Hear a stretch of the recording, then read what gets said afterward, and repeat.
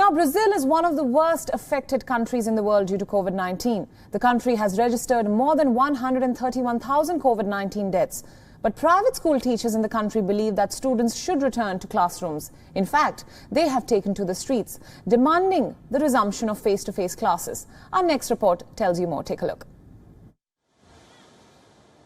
The Copacabana beach is a fairly popular tourist destination in the city of Rio de Janeiro.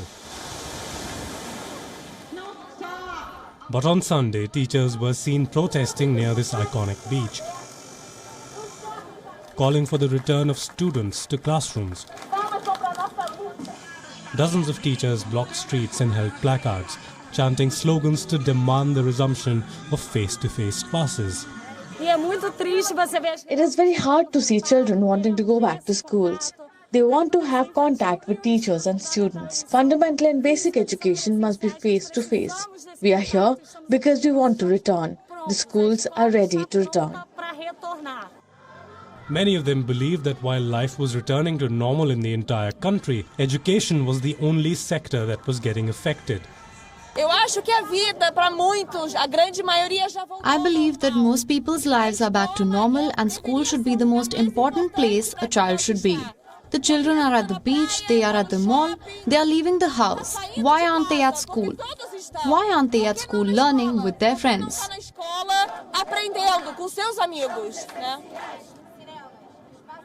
Brazil had suspended classes in schools and universities in March after an increase of cases.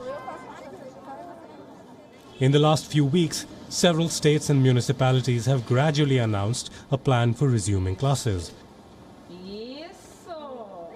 The city of Manaus was the first in the country to authorize a return to classes in the private education network.